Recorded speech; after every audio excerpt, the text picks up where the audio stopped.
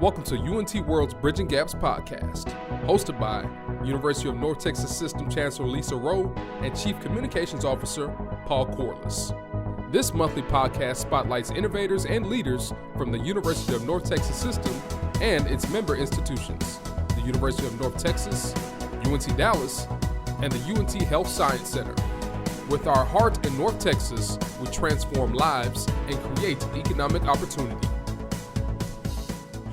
Welcome to UNT World's Bridging Gaps podcast. I'm Paul Corliss, the Chief Communications Officer for the University of North Texas System, and with me, as always, is our Chancellor, Lesa. Lesa, how are you? Great to see you. I'm great, Paul. How are you? I am good. I'm anticipating my vacation coming up next week in Durango, Colorado. Oh, no, that's the big smile. I see what's going on here. So we're just trying to take care of business this week and then have a little break before we get after it. Seems like you just had a vacation. What was that? That was a 2-day trip. This is like a full. This is a real vacation. This is going to be a lot of mountain biking and all that fun stuff. But I understand we are putting you to work on Saturday as part of the Mayborn Conference. You're going to be talking Hidden Figures.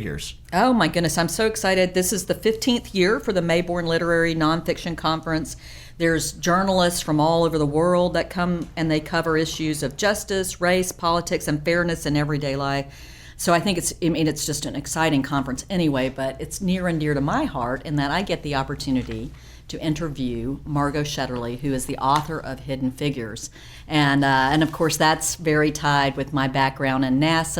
And most of that happened at Langley, is that at right? Langley, NASA Langley Research Center, and I was the center director there for 9 years. So the first woman to lead the center. The first woman, but it was the footsteps of the wonderful women that Margot highlights in Hidden Figures that made it possible for somebody like me to even be there. So I'm just excited, and it'll be a really fun Saturday evening. Is it fun for you to talk to NASA connections and kind of explore your professional past a little bit? Oh, it's great fun, and this is an amazing week. I mean, today is the day of the Apollo 11 launch in our history, and it'll be just a big week of celebration, celebrating 50 years, right? So culminating in, I think, some big events on Saturday in NASA and around the world, quite frankly. So pretty exciting.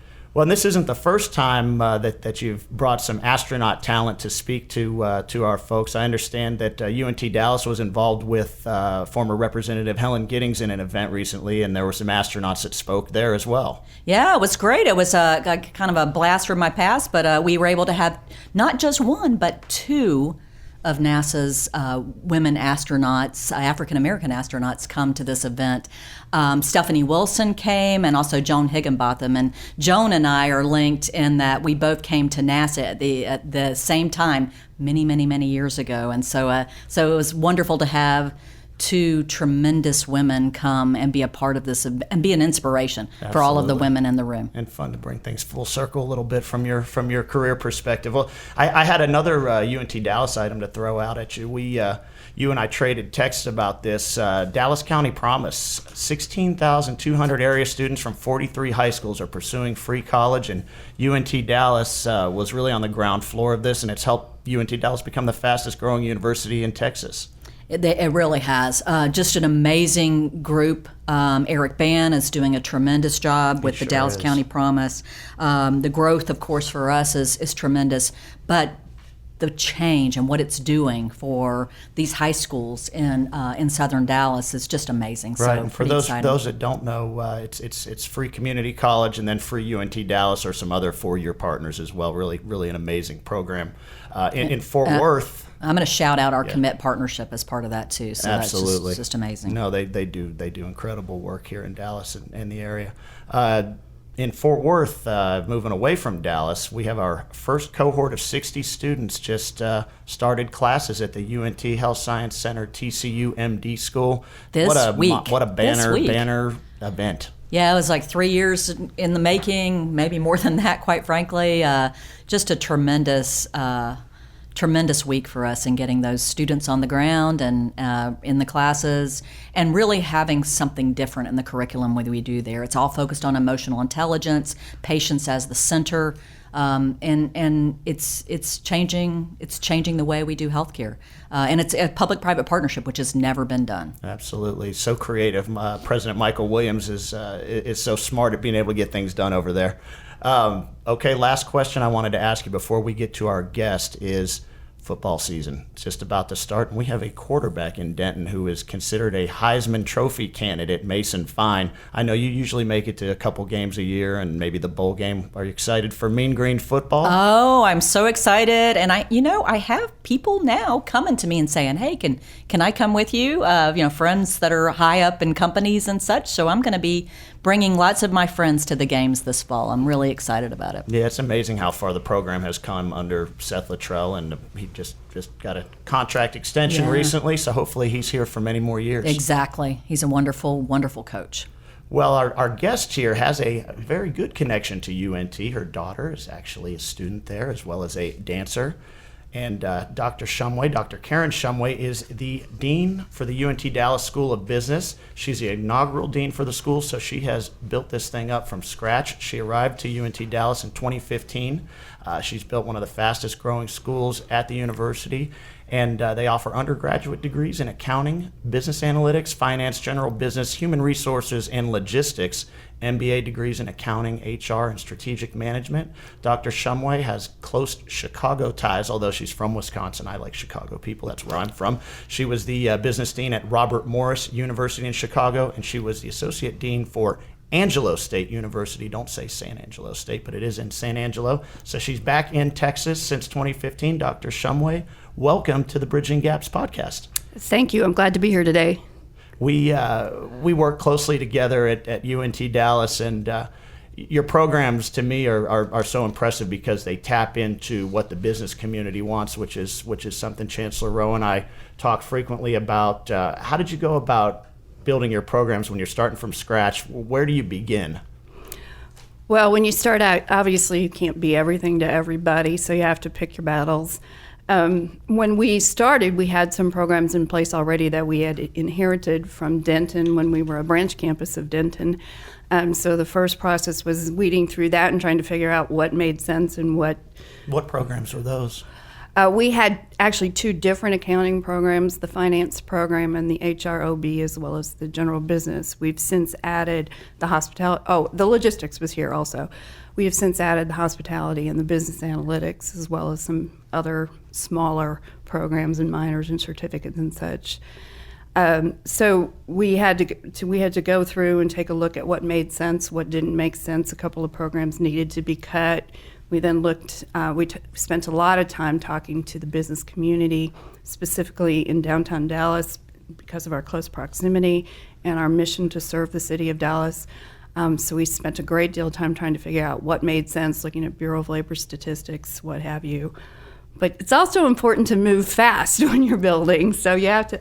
A lot of data is good, but at some point you got to make a decision, and that's what we did. So. Well, that had to be interesting to sort of unwind the branch campus relationship as UNT Dallas goes independent. What was that process like? I know that exists in history, but I wasn't here yet. Chancellor wasn't here yet. What was that like? Yeah, it was interesting because apparently Denton had told us what we were going to teach down to the course level sometimes. And our mission is different than Denton's, and so sometimes there were disconnects between what I know needs to happen when you're dealing with inner city students, and that's primarily who we serve. I did that in Chicago early in my career. So we actually sorted through down to the course level and made some changes to what courses we were offering to better fit the needs of our particular population, as well as our particular business community. So, for example, even as we were developing the hospitality program, we made it different than Denton's because of our proximity to downtown, and a clear shout out from our partners that they needed people in certain aspects of hotel management and conventions. Yeah, that makes sense. But it seems like it would be a daunting task to come in and just try to get things revved up. It is. I don't do well in status quo situations. I tend to get bored, and then I get frustrated. So Well, I don't expect us to be status quo for a while. So that was the maybe ever. that was the attraction. That was the attraction. Is I get easily bored and need to always be mixing things up. So sounds like you brought some great lessons. So tell me about what things you learned in Chicago that really helped propel you here. When you're dealing with students who come from what some people would call a socioeconomic at-risk situation for any number of different reasons, there's a different way that you have to interact with them. You have to adopt almost an intrusive advising model, and you have to be very careful to manage your class sizes so that they don't get too big, so that you can give them the personal attention that they need. But you also have to be mindful of the fact that they can't take on a lot of debt.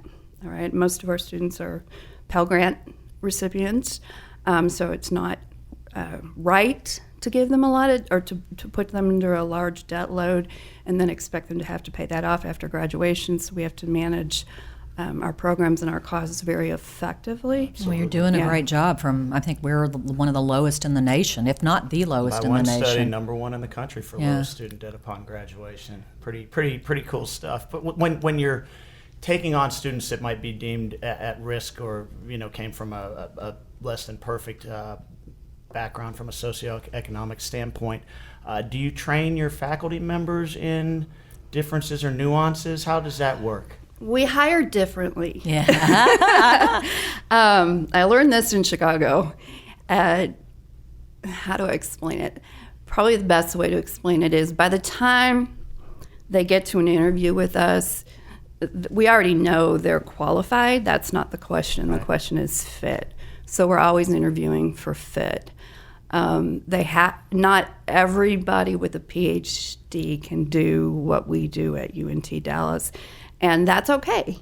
We just have to be very mindful of that, and sometimes we have to make different choices in order to better serve our programs. So sometimes somebody without a PhD isn't always the very best fit in terms of mentoring students, so we have to strike a nice balance. It's interesting to have those considerations. Well, we're going to get much deeper into UNT Dallas and the School of Business with Dr. Karen Shumway. You're listening to the Bridging Gaps podcast. We'll be right back.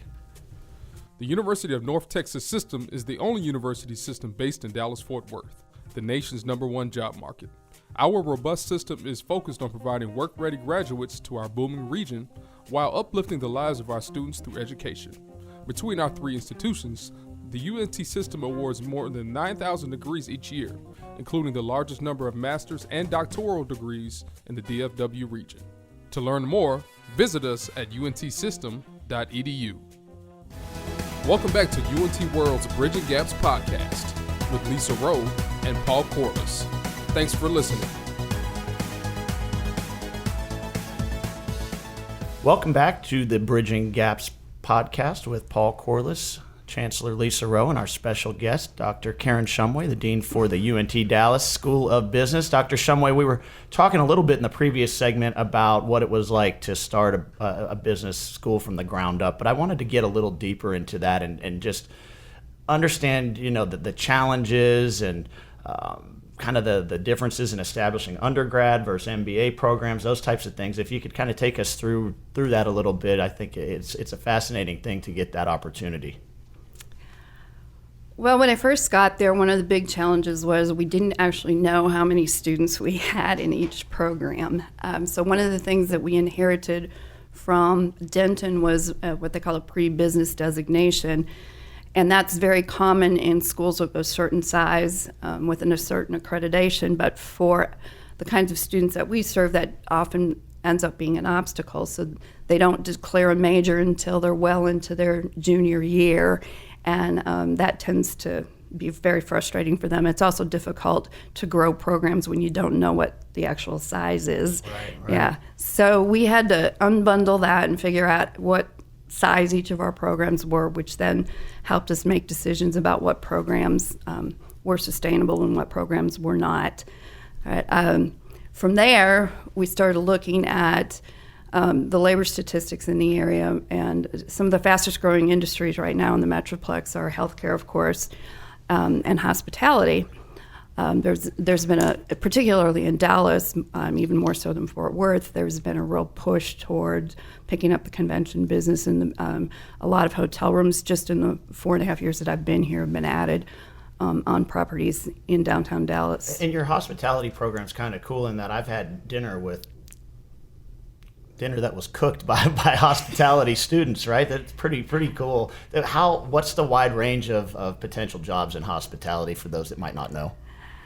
Well, there's conventions, there's event planning, there's restaurants, there's hotels, there's within the hotel industry itself. One of the things that we've really honed in on as a result of feedback from hotels in this area is revenue management. Apparently, if you can get the designation to be a revenue manager in a hotel, you're pretty much assured a job. So we actually have a revenue management course where the students can get certified before they graduate. So there's the hospitality industry actually stretches into other industries as well. So, for example, hospitals are looking for hospitality people because they often run cafeterias. Makes sense, yeah. And they're looking for that customer service mindset in many hospitals that are trying to improve their operations. So it stretches across other industries as well. When I went to college 20-something years ago, it seemed like business was sort of a catch-all. If you weren't quite exactly sure what to do, you could get a business degree and maybe figure things out. But that's changed. You have these specialized programs within business, right? We do. And we actually really encourage students to choose a major rather than go into general business if they have that interest. The reason for that is then they have a more well-defined skill set when they graduate, and it's easier for employers to see what their true interests and skills are. But that having been said, generalists are often very necessary too, particularly our students who are interested in potentially starting their own business someday. And there's a very entrepreneurial spirit in Southern Dallas, so the general business is good for those students as well as for transfer students who need to just finish their degree. So when you think about this job market and some of the things that you talked about, what makes UNT Dallas unique? We, of course, put all of our emphasis on teaching and learning. Research is secondary, and for our particular student body, that's the best approach. We do a lot with what we call experiential learning, but I think the outside world probably would think of it as experience-based learning. So we really encourage students to get involved in research projects with faculty members, or go out and do internships or service learning before they graduate. Our goal would be that every student would do one of those activities before graduating. I love that. Yeah. Love that. That's huge. Yeah, and then we also have really, really pushed to embed certification opportunities across all of our curricula. So wherever we can, we offer students the ability to take a certification exam that will be recognized within their industry. So not something we created as a certificate necessarily, but something that the industry would say, for example, green belt training for a logistics student. Sure. Yeah. Absolutely. No, it makes their resume more robust, I would imagine, for interviewers. Well, I'm going to backtrack to one more startup question I had that I thought would be fascinating to ask you. Has it been harder to recruit faculty into a new program or students into a new program? What's tougher? That's a great question. Oh, wow. Well, there's been all sorts of outside factors that have been out of our control at UNT Dallas that has made faculty recruitment an issue. We went through a whole year where we had a difficult legislative session, and then the governor did a hiring freeze, and that made so we're still catching up from that particular situation. And this happened to me in Chicago too. When you build good programs with caring faculty, it's kind of like that movie, that baseball movie. If you build it, they will come. Absolutely. So, and the word of mouth, particularly amongst certain demographics, is the best possible advertising you can do. And who are some of your star faculty right now? Oh, wow. I don't want them to hear who I might pick out, so that I'm not going to pass on that question. No secret Well, I'll sauce. tell you, I enjoy working with Professor Wendt, who's in your logistics area. Yeah, he's a great example of someone who came from the community college system. He does not have a doctorate, but he's just really great with the students, and he's done a lot to help build the student interest in that program. I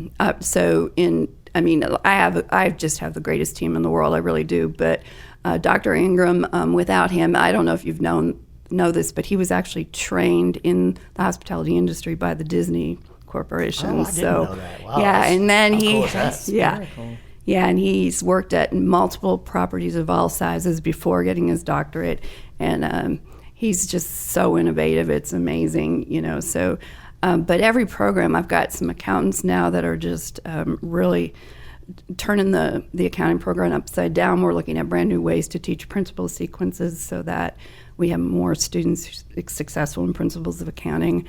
In every place that I've been, that if you're going to lose a business student, more often than not, it's either going to be in that sequence of courses or in the economic sequences. So we spend a lot of time trying to find ways for students to be successful. Absolutely. But you talked a little bit about talking to corporate entities here in Dallas to kind of elect what programs and what direction you take. What type of partnerships or relationships do you have in place with corporate entities in the Dallas area? Well, Bill Ingram has built a huge network of partners with virtually every major hotel in the downtown area, and now he manages that for me, and I just intervene when asked. I have, since coming here, I've set up a business advisory council that meets twice a year, and I also actively use them to help me assess new programs. And within that organization, we have a relationship with a couple of different banks, Plains Capital and Frost, to be specific, Van Foods Corporation, Make Ready Corporation, which is the company that manages the Adolphus currently, Walmart. I have a business advisory council member from Walmart. I have a couple of entrepreneurs on the Business Advisory Council. Craig Johnson has Pepware in Cedar Hill, and Quincy Roberts has Roberts Trucking. He was written up not too long ago in D Magazine for what he did to reinvent his family's business in trucking after the 2008 recession. So yeah, and then my third entrepreneur is Amy Ross, who's this. She started her own human resource consulting firm, Humankind HR, and she's the CEO and founder of that corporation. So we have organizations of all sizes and types. I try to have at least one representative for each of my programs, which Kendra Flowers, she used to work for one of the big four accounting firms, and she now has her own accounting firm, but she's been very active as well. So, and aside from the advisory board aspect of things, what does it mean to the students? Are there internship opportunities in many of these cases, or how do those relationships work? Are they all different? They're all a little bit different. We are always looking for internship opportunities.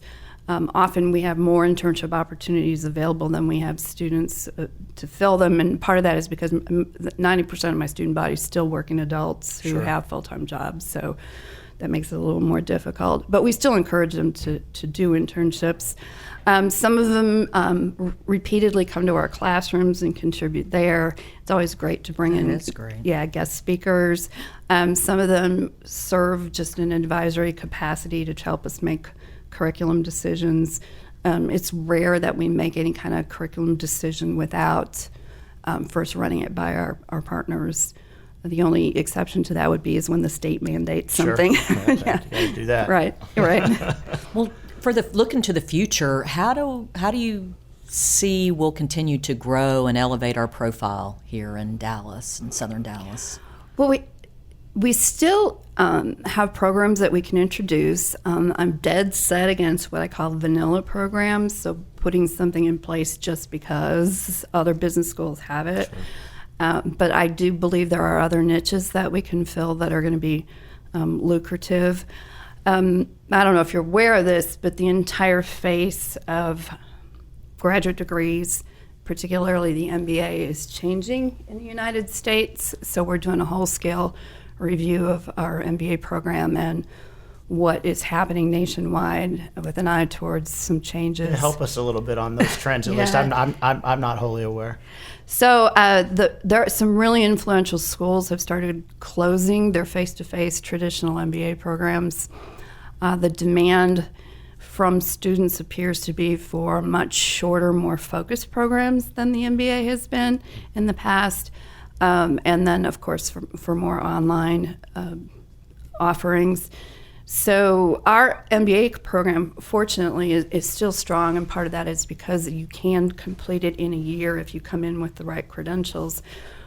But we're anticipating that as the MBA discussion continues, there's going to be demand for other types of programs. Our concentrations, as we have built them in the MBA program, have been extremely popular.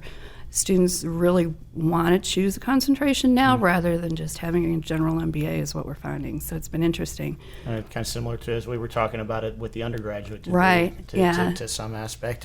What do your students look like, graduate students versus undergraduate students? How different are they? Are they, non-traditional or more traditional on the undergraduate side? What does that look like? My students in the School of Business, even though UNT Dallas is changing slowly to a slightly more traditional student, the School of Business has been slower in that area. Okay. Not by design, and it's just the way it's been. My faculty members actually are spending significant amounts of time right now in the high schools recruiting.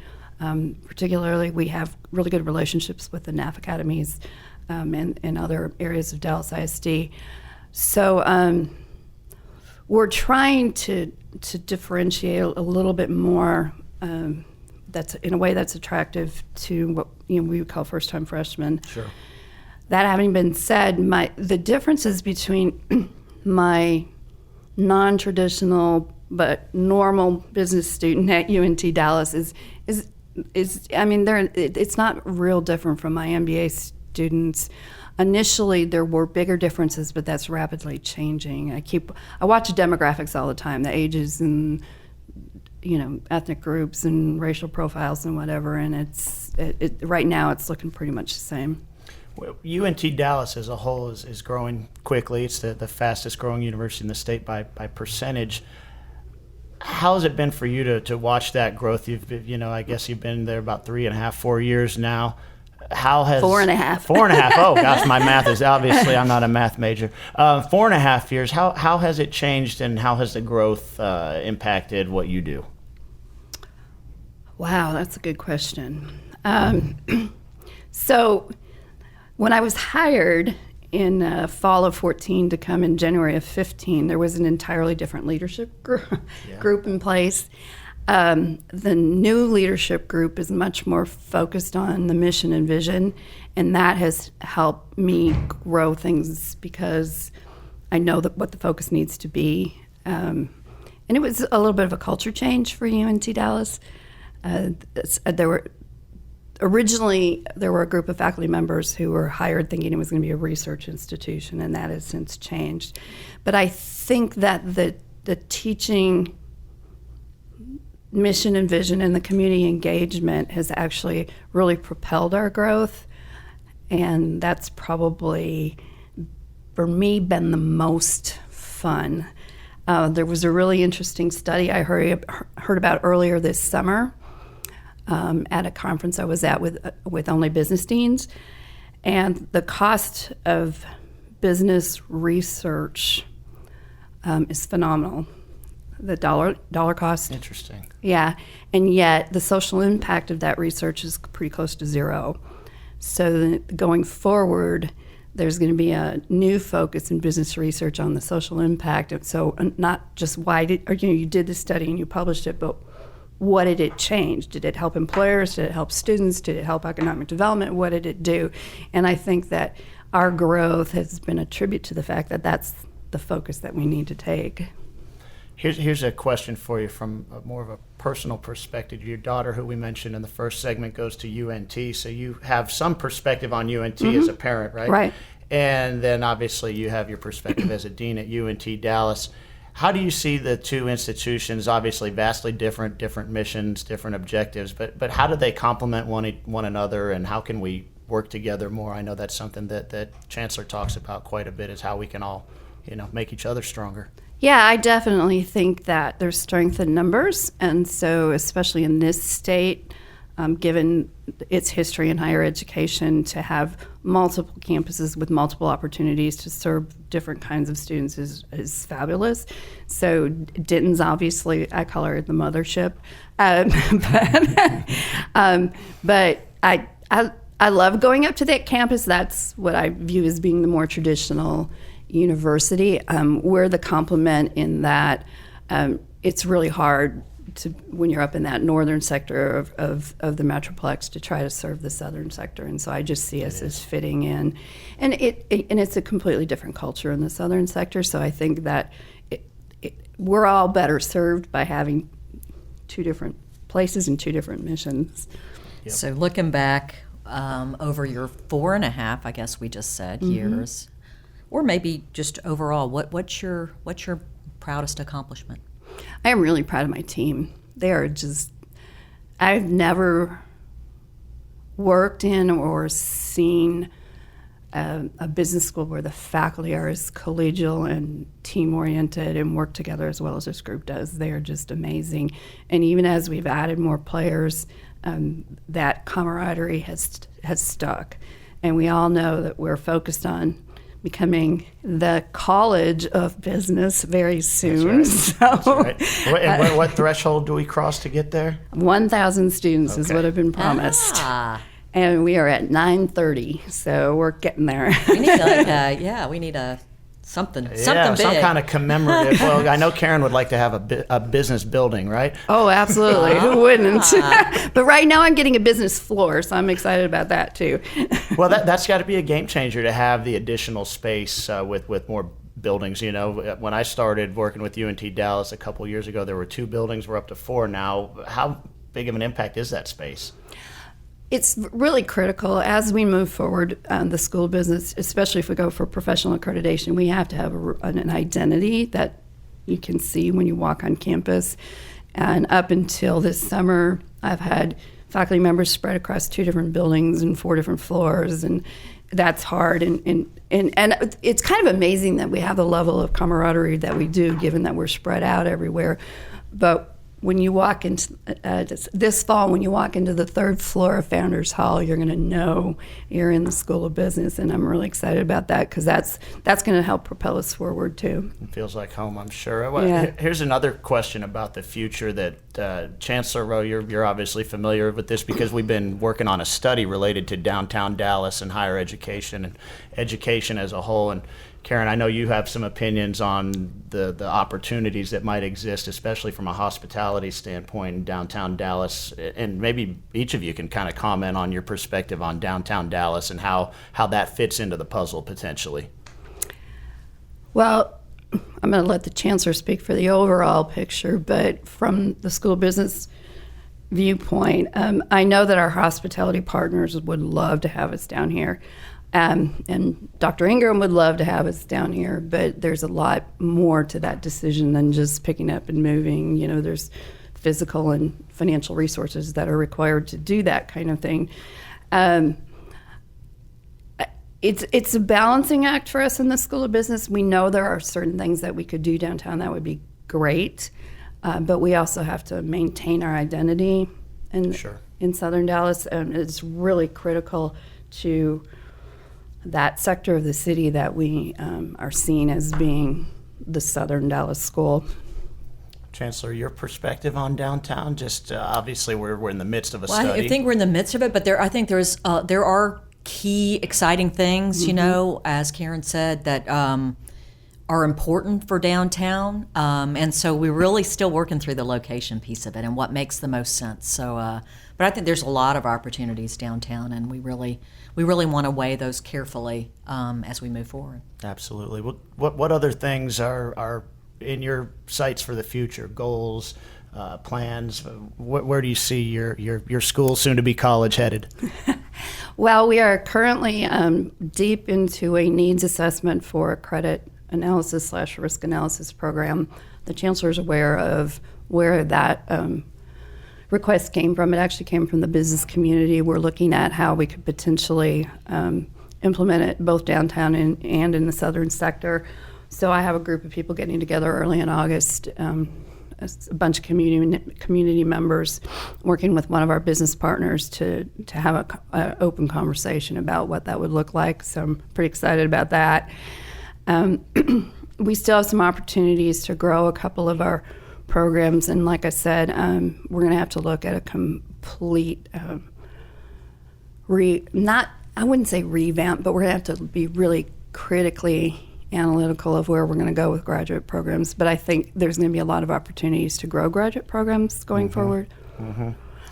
What other partnerships could you see developing, or what other partnerships do you want to try to explore that you haven't brought to fruition?